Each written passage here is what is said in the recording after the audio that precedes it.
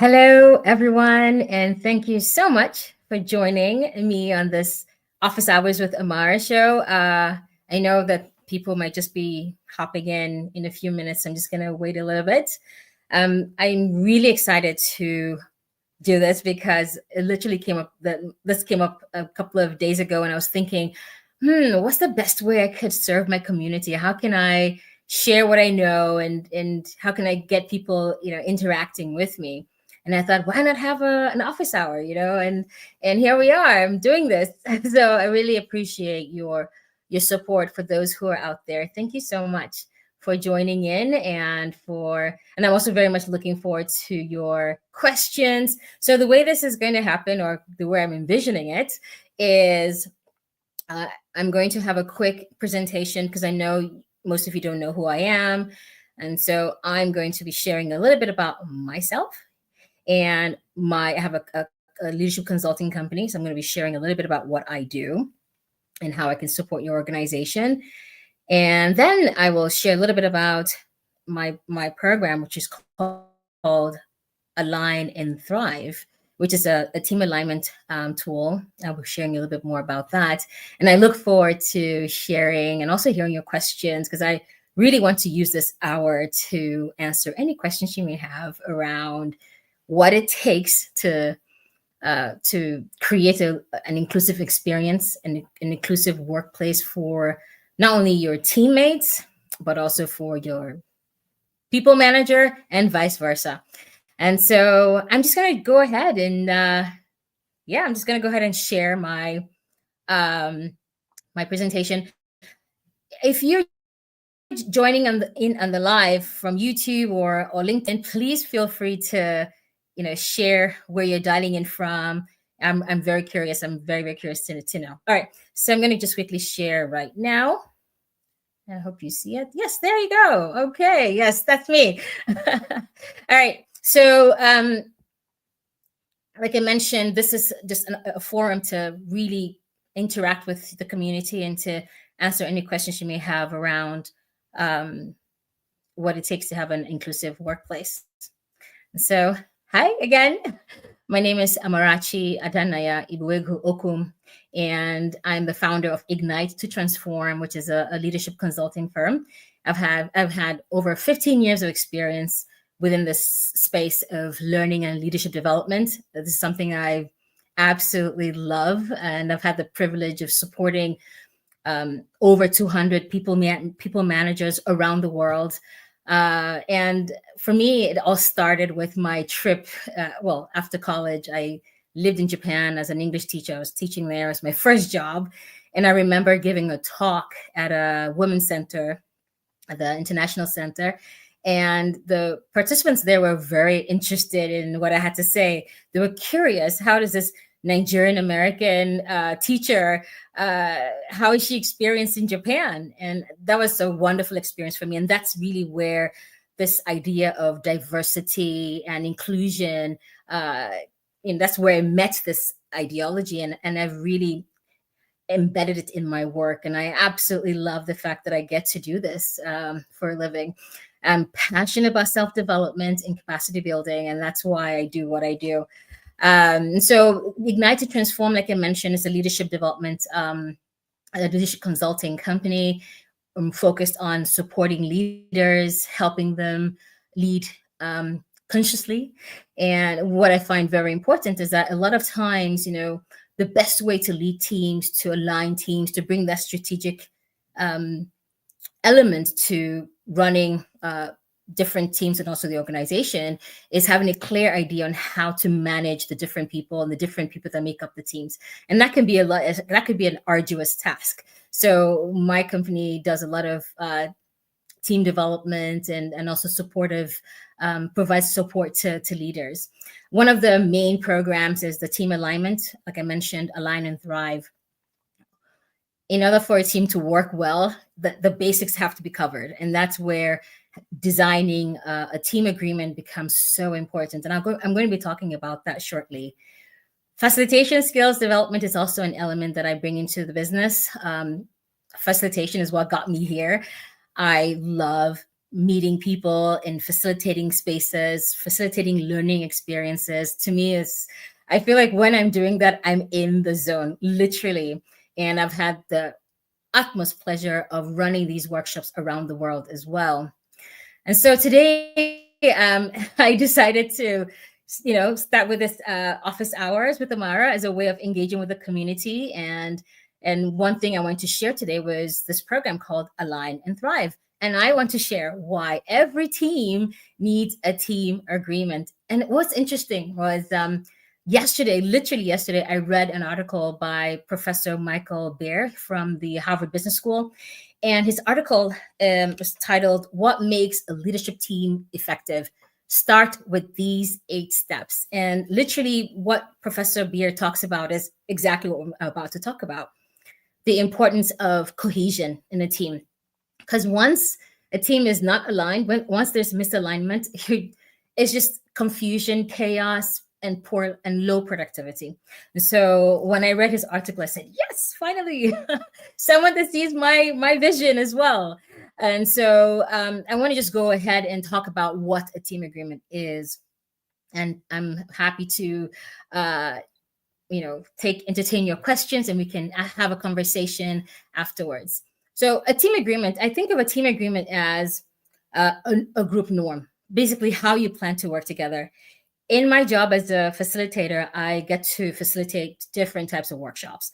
And after the icebreaker and the community building that I do to kind of bring everyone together to create that psychological safety, the very next thing I do is develop our group norm. It's important because I want to ask them, what's going to make us really benefit from this experience that we're creating together, that we're co-creating together.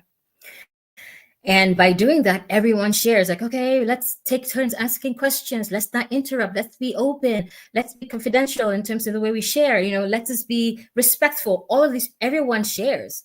And in doing that, we have a very clearly defined rule of how we engage in the learning space. And it works brilliantly. People feel comfortable.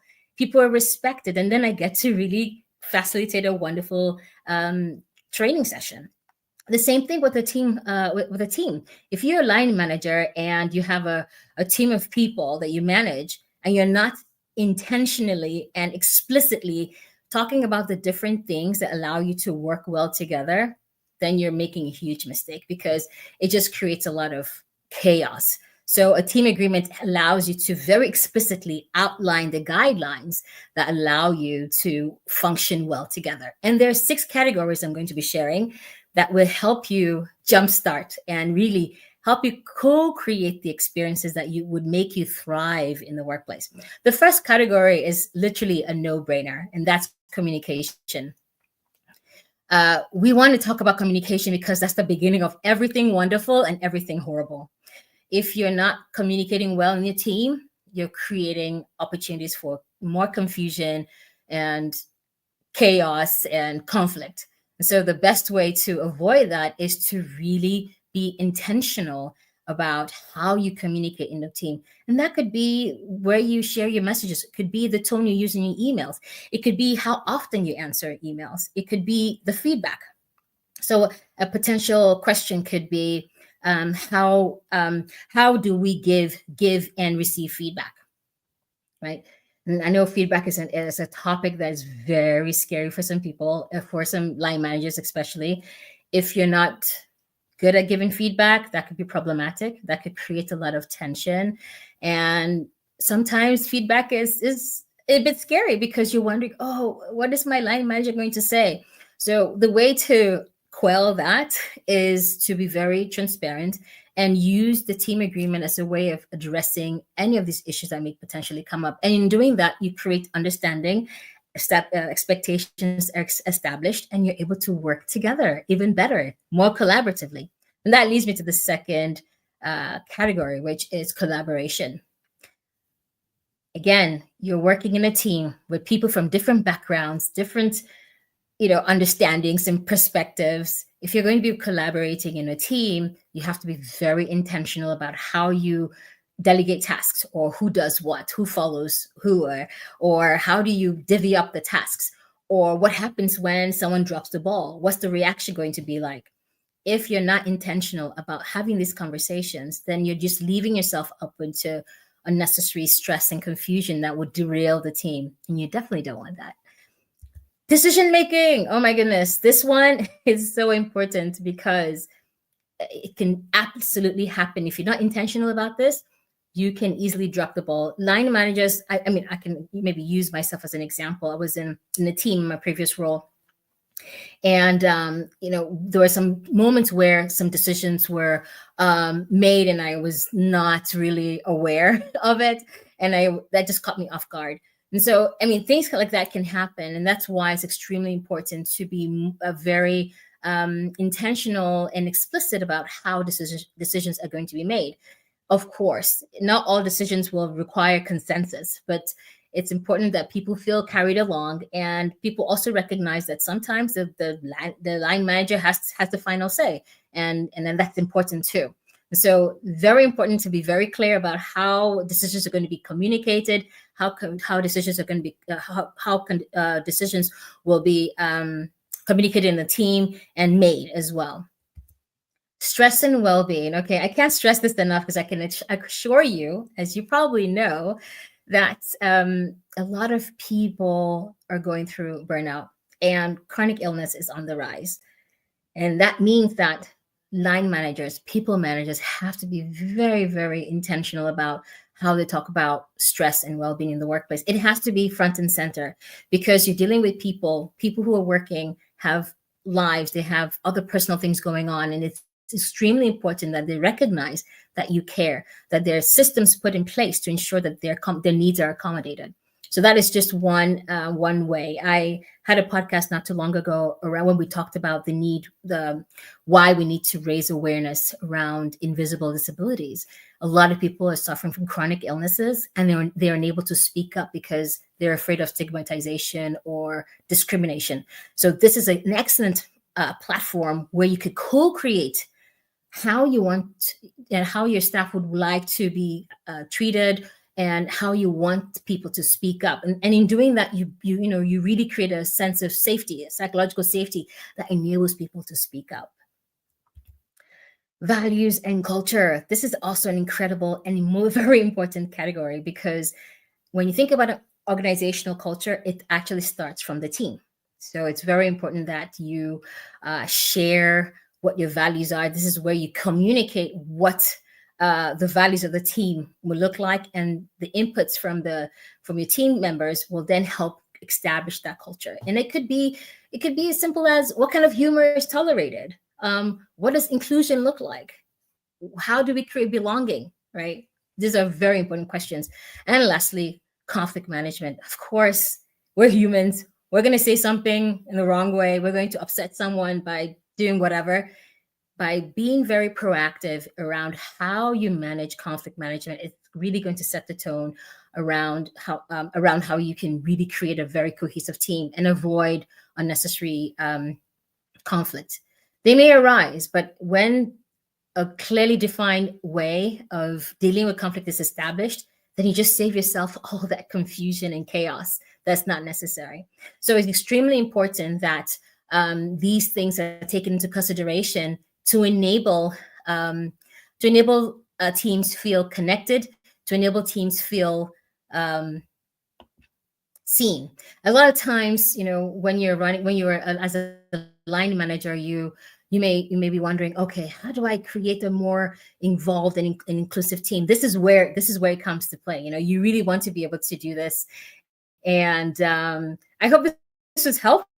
I think that, in my opinion, the team agreement really sets the stage. And of course, depending on what you want, depending on what you need as a team, you can decide what you're going to talk about. But for me, what's most important are those 6 categories are important. I see the left questions coming up. This rate. Okay, let me see here. Oh wow, a lot of people. This is fantastic. Okay, let's see here. I have okay, Chidima says she loves it. Thank you so much for your support, Chidima. Okay, I do have Charles. All right, so Charles, I'm going to add Charles to the stage. Hello. Hello, Charles. Are you there? Okay, I'll give him a moment to come on. Okay, let's see here. We have Dr. Lubajon. Hello.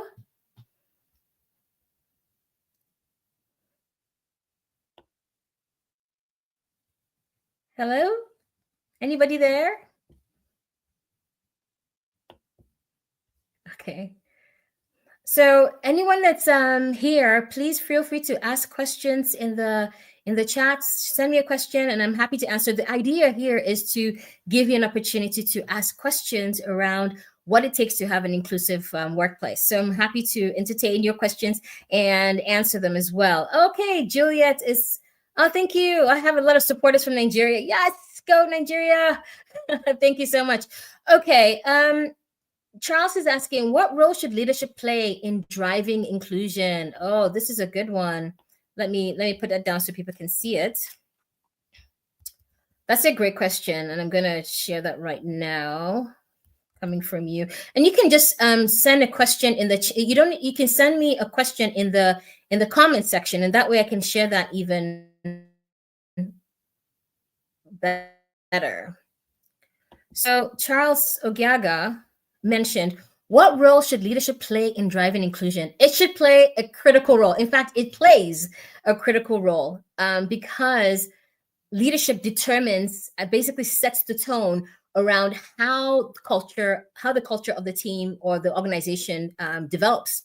So when the leadership team is aware of or have created their own understanding of how they want leadership inclusion to look like, they're able to talk about things like, for example, communication. What does that look like? It could even be infrastructurally or structurally. How is the office designed in such a way that it allows different kinds of people, both disabled and able people, that are able to get access to the workplace? It could be like I just mentioned, stress and well-being. What accommodations are being put in place to ensure that staff members are taken care of when they need support? It could even be how conversations or communication is done. Like, how inclusive are we in the way we make decisions? How inclusive are we in the way we carry people along? So leadership definitely plays a critical role. And this is why, for me, inclusive leadership is absolutely pivotal when it comes to creating an inclusive workplace. The leaders have to,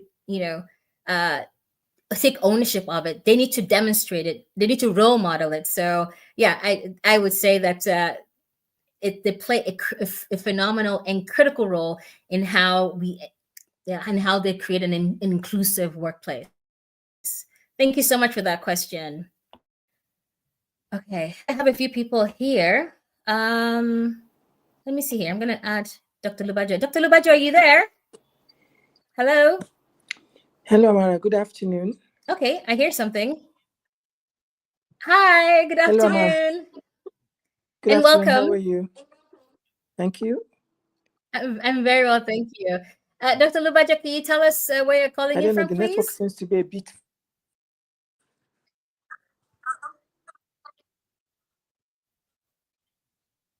I'm calling from Abuja. I'm calling from Abuja in Nigeria. Awesome.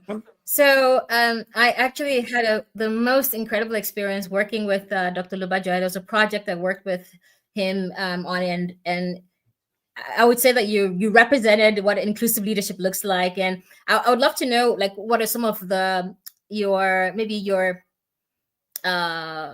insights around team inclusion? Like, how did you create that kind of environment for everybody? Oh, he's hopped off. Oh no. Oh, jeez. Okay. Oh, you're still there. Go ahead, Dr. Lubajo. Can you hear me?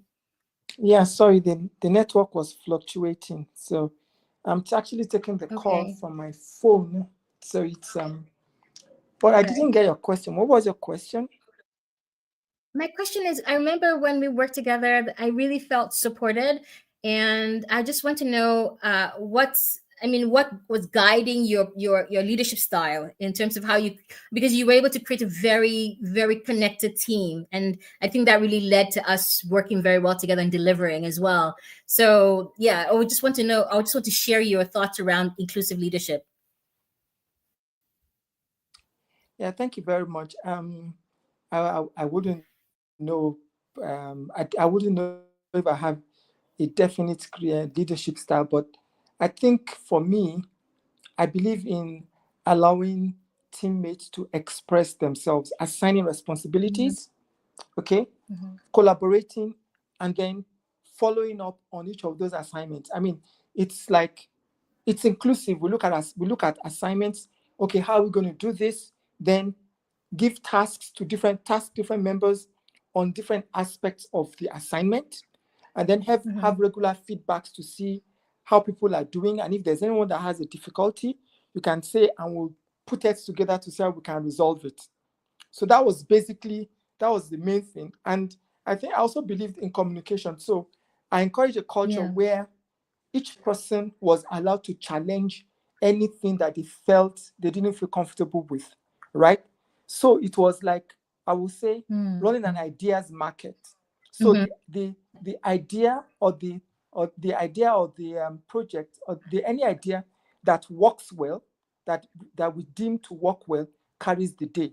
So it wasn't based on what I thought solely. Mine was just to guide, but it was like leading by consensus, guiding the discussions, guiding the thoughts, but coming out with the best ideas.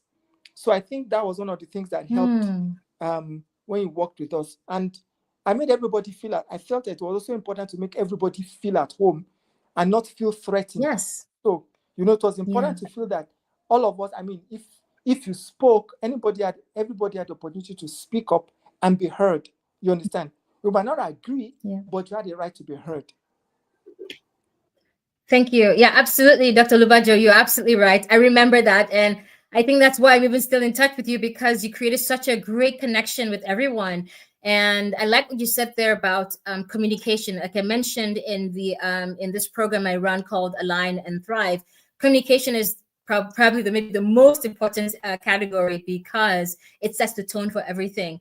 And you mentioned something that I think is so important for leaders, especially in Nigeria as well, is psychological safety. How comfortable do people feel speaking up, right?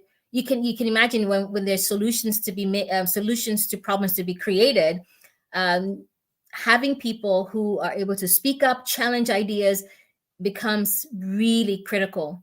And you're absolutely right. You're able to create a space where people can speak up, where people can say, "Hey, I don't agree with this. Like, can we try this? Can we come up with a different way to attack this problem?" Is extremely important. So you're absolutely right. And I thank you so much for sharing your insights here. Thank you. Thank you. Thank you for having me. Thank you. Okay, I'm gonna go and get somebody else. I have Juliet. Juliet, you're coming on the stage. Are you ready, Juliet? Hi, everyone. Hi, Amara. Hi. How are you? I'm good, and it's been really interesting, listening to your presentation, and it really resonated deeply with, some of the, conversations I've had with my team. Can you tell us where you're calling in from and maybe your organization? Perhaps this is helpful. Go ahead. Yeah, so I'm calling in from Nigeria, and my organization is Action Against Child Sexual Abuse Initiative. It's an initiative I founded almost a decade now. And yes, so the conversation is really something I'm really interested in, and that's because I have quite a small team, and I've had lots of experiences, experiences from, not taking into account some of, the traits of leadership, as well as not also upholding, some of the standards that I should have upheld. At the same time, I also had my faults. So I feel like this is a very good journey for me to Sorry, also. it looks like you're cutting. I can't really hear you, Juliet. Okay, can you hear me now? I can't really hear you. Yeah, I can hear you. You're talking about your team right now, and how helpful it is to have these conversations. Is there a particular question that you want to ask? Yeah, I was going to ask. Can you hear me now? Can you hear me now? Go ahead. Okay, so my question I will can hear just you. be Speak up a around. little bit, but I can hear you. Go ahead. Okay, my question will be around when we talk about team agreements, right? and you've made this team agreement, right? Yeah. And especially when it comes to communication, for us, like when you have a young organization that the structure is something you're just building, sometimes it's difficult for when you have these young people or people working with you, and you have this very open communication, this very open, relatable space, especially looking at our culture in Nigeria, where people want to feel you're respected because of how tough you are. So there's also some sort of culture sensitivity in it. So in situations where you are open to conversation, I mean, everybody can talk to me. Sometimes I've had experiences where I've been disrespected. Yes, I've been disrespected and spoken to in demeaning ways because of, that open conversation, that open, more like that, relationship that you want to build, you want everybody to speak. Of course, it's not everyone, but we have a few people abuse that, those kind of things. That didn't change anything for me because, of course, I really love that kind of communication. I'm that kind of person, but in situations where, you have this team and then, you're having those kind of challenges where, you're building that openness of relationship. Of course, everybody comes with their individuality, and sometimes, you're asking for open communication. I want you to be able to communicate every challenge across the team because we are working as a team. We should be able to, the work should come first. I mean, if you have personal grievances with people, you should be able to put it down and work with people, those kind of situations. So how do you, my question in all those qualities, I didn't see that sense where you're asking for some sort of responsibility from the staff member to be aware, that self-awareness of saying, because a staff member will always be thinking that, oh, you did this to me, you did that to me. Nobody is thinking of what they could have done, right? Nobody is thinking of, oh, maybe I should have approached. It's more like, that sense of taking responsibility on the side of the staff member, because leadership is two ways. That's how I see it. Leadership is two ways. When I take accountability as a leader, you should take accountability from where you stay, even as, a subordinate, I would say that, yes. So that would be like, where is that, yeah, I don't know how to put it, but I'm just looking for that, I think you understand. I think I understand what you're trying to say. I understand. Yeah, you said two things. One is I am very, you have a young team and you're just starting up. You have a startup. And what happens when you're very open and everyone, is feeling psychologically safe, and then you get disrespected, right? Yeah, so that could happen. So communication is one thing, and you also have values and culture and conflict management. I mean, when I talk about team agreement, it's extremely important that I table all these 4 categories. So it's just not one thing. It's 6 different things that stand as a foundation around how you work together as a team. So while you may create the kind of environment where people feel safe to speak up because you address issues around, I don't know, whatever it is that is current in your team, it's also important that your team determines, or you and your team create the values, and in that value and culture, you can determine like what does respect look like. So this is where you will address the issue around respect. When it comes to accountability, I would push it back to the category on collaboration, and I'll put that to collaboration, because this is where your tasks are outlined. You can have your expectations known. You can make your expectations known around how work tasks are to be done. And there you can assign responsibility. And by explaining exactly how you want different tasks to be done, and your teammates sharing how they want to be supported, maybe you might want to do a feedback check-in every month. Maybe it's every 2 months to see where the task is, in the pipeline. That's something you might want to think about. So, when we talk about a team agreement, it's just not one thing. It's using that foundational process to ensure that all elements are taken into consideration, whether it's communication, whether it's decision-making, collaboration, stress and well-being, the values and culture, or conflict management. All these 6 categories need to be flushed out in the team. Make it very explicit so that everybody knows what's expected of one another. Does that make sense? Did you get that, Juliet? Perfect. Yeah, that's perfect. Thank you. Yeah. Okay, thank you so much. Thank you so much for joining. Thank you for joining the show. Thank you. Okay, I have Nasruddin Ahmed says, what is the role that a line manager can play for the team agreement? Wow, Nasruddin, that's a great question. A line manager basically sets the tone, right? The line manager is the leader. You're leading a team, and your team expects you to provide guidance. But we want the kind of guidance that really helps, and the way a team agreement really supports a line management is by creating a space where everybody gets to contribute to how the norms are established, right? So the line manager can take that first step to say, hey, everyone, I think we need to sit together and determine how we want to work together.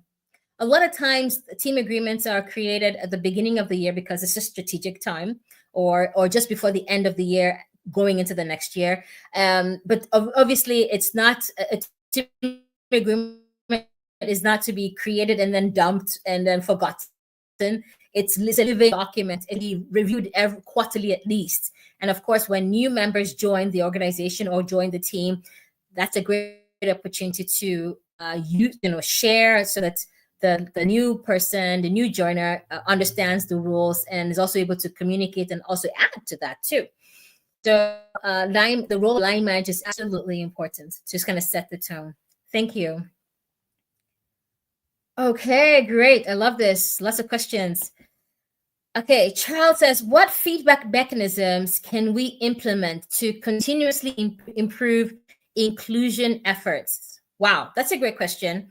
So when we talk about feedback, of course, we have what feedback can be the system or the structure of how feedback is given. I remember sharing not too long ago about the importance of feedback. The first step is to have this conversation with the team so they understand why feedback is important, because a lot of times people are really scared to get feedback because you're afraid it's going to be corrective or they're doing something bad and they don't want to hear it. People are really afraid of criticism, including me. Okay, I'm not going to say I'm not. But what you can do in this instance is to first help team understand the need, why we need feedback. And as a line manager, if you're giving feedback, I always have people use the SBI method, which is the situation. So you want to describe what, in the context of what they're doing, right? Whether it's good, whether it's something they're doing very well or something they're doing poorly, you want to describe the situation. In what instance did that happen? What happened? You want to describe the behavior. What kind of behaviors were exhibited in the act, right? You want to share, maybe on this particular day, the presentation you made was fantastic. I love the visuals. I love that you incorporated the data. Be very specific about what they did well. And then you can also talk about the impact. So it's SBI, situation, behavior, impact. You talk about the impact. By doing that, you really represented the team very well. And the same can be in terms of how you address corrective behavior as well. When it comes to also how often, I say that feedback can be done in two ways. An informal way, which would be just check-ins. You can have check-ins maybe to see how they're doing on a regular basis. Could be maybe once every 2 weeks to see how the team is doing. If you notice that if everything is going okay, but obviously if you notice that something is off or maybe a deliverable is not really meeting a particular standard, then you want to follow up a bit closely. Otherwise, I think it's very common to have check-ins every 3 months, to like formal check-ins or formal feedback to see, okay, where are we in the pipeline? How close are we to meeting our targets for the month or for the quarter? So yeah, this is what I would say. But I think most importantly, what's important for line managers is to use feedback as a performance management mechanism. Feedback is an opportunity. It's an opportunity to support the team. It's an opportunity to help the team get better. Remember, as a line manager, your role is to support your team, to give them everything, to give them all the support they need to be excellent at work, because you've had people with particular skills and you want to support them to do well. As the line manager, this is just going to be extremely important. And when you communicate that, then your team members will be more likely to support you, will trust you, and it just creates for a good working environment. Thank you so much for that question. Okay, I have another question here. Okay, so Taeyang says, I love what I'm hearing. There's a quote about the best people who help people under them experience their full growth in a healthy way. I want to know your thoughts on this. That's a good one. Yes. Yes, that's true. And I'll say that quote again, or maybe I should actually write it out here. 1 second. I should do this. Please feel free to use the comments in the comments. I mean, don't send me private messages. Just send me comments directly on LinkedIn comments. That way I'm able to share it on across the screen here. But thank you so much, Taeyang, for that question. I'm going to I want to share that with everyone here. So here we go. So Taeyang is saying, and she says, I heard about the best leaders being people who help people under them experience their full growth in a healthy way. I want to know your thoughts on this. Absolutely. I just mentioned right now that the goal of a leader is to ensure that they're creating the enabling environment to support their staff. And that means, and that's why the team agreement is so important. When you outline exactly your expectations in a team, and your team members can come together and also share what they expect and how they plan to achieve their, the strategic goals for the year, and how their various expertise will come into play. This is exactly where, that first cohesion comes in place. And then through feedback, like I mentioned, by supporting a team, by giving good feedback, by being supportive of their efforts also, by being appreciative, these little things, these little gestures like, hey, great job. Yesterday, you did such a great job on X, Y, and Z, right? Those little affirmations can be very helpful. And so when you create that environment where people are having conversations, you're connected to your team, you know what they're working on, and then you provide them with opportunities to grow, this makes for people to, this adds to their loyalty. They're motivated to work, they're excited to come to work, and able to deliver. So absolutely, my thoughts are, yes, line managers need to be very aware. They need to be very present in how they engage with their teammates and to the team members, and they are to support the work that they do by being very present, very supportive in a very intentional way. So thank you so much for that, Taeyang. Okay, I have another question here. Let's see here. Olaide, you had a question. Did you want to come and ask a question? Ola? Are you there? Hello? Yeah, I'm here. Yeah, hi. Can you tell us where you're calling from? I'm from Abuja in Nigeria here. Hello? Okay. Do you want to ask your question? Yeah, do you want to go ahead and ask your question?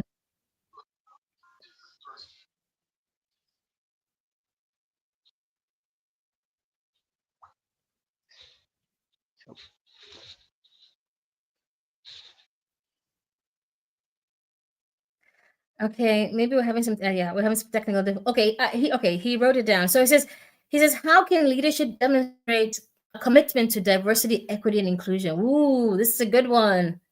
That's a good question.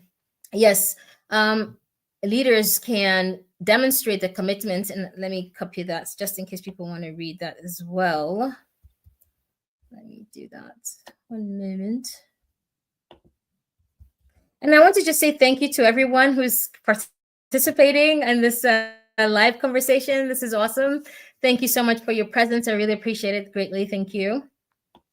So Ola asked the question, how can leadership demonstrate a commitment to diversity, equity, and inclusion? This is a great question, and I'm gonna explain this way.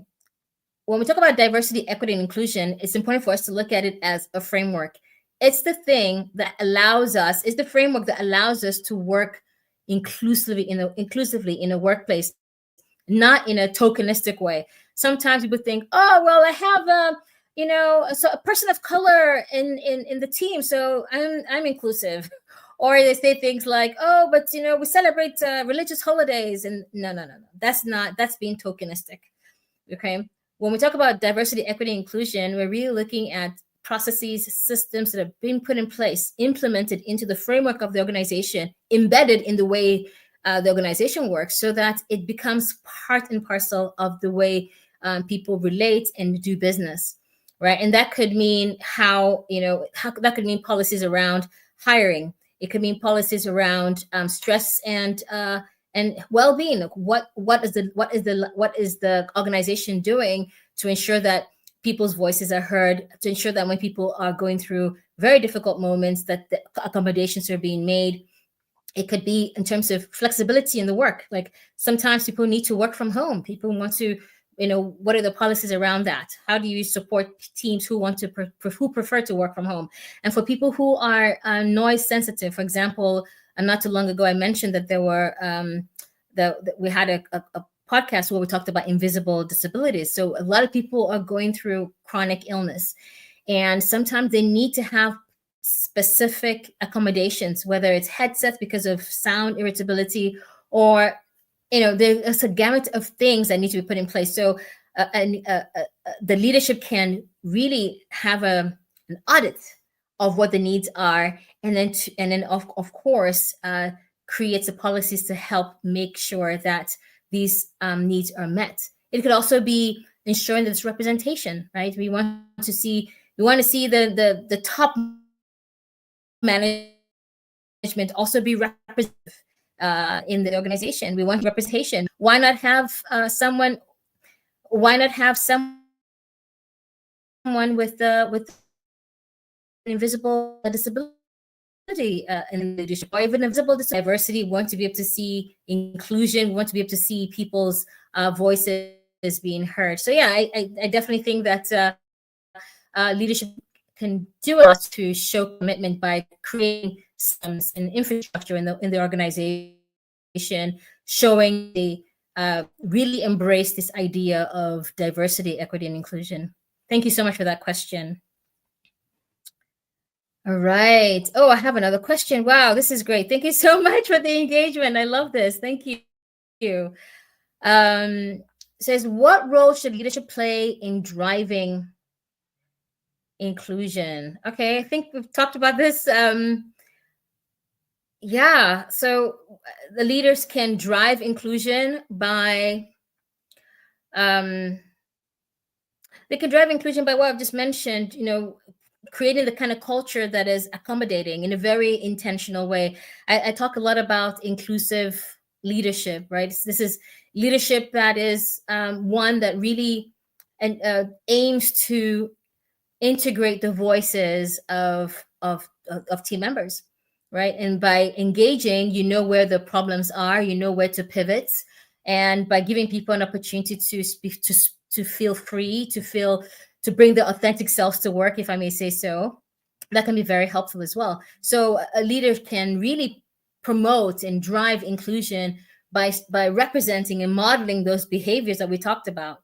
And it can basically start with making sure that all teams have a team agreement and it's enforced. It could also be that the company is very, intentional around stress and wellness. There was a colleague of mine who was just sharing that in his company, they meet quarterly to do different activities to kind of distress and to check in and to make sure that they're doing well, that the mental health is really front and center. So these are some things that can be done to really connect the team. I also had another guest who talked about the need for teams to really feel relaxed. Like a lot of times there's just too much pressure and people are too serious. So sometimes it's nice to kind of relax a bit. So that could be also another area where just bringing that connection.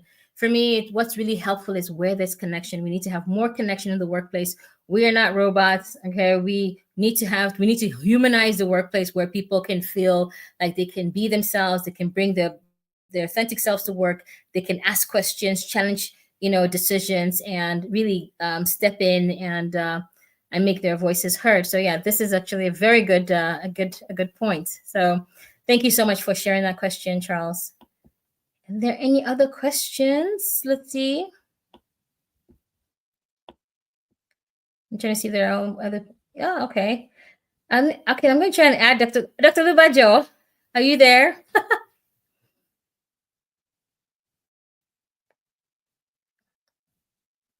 Hello?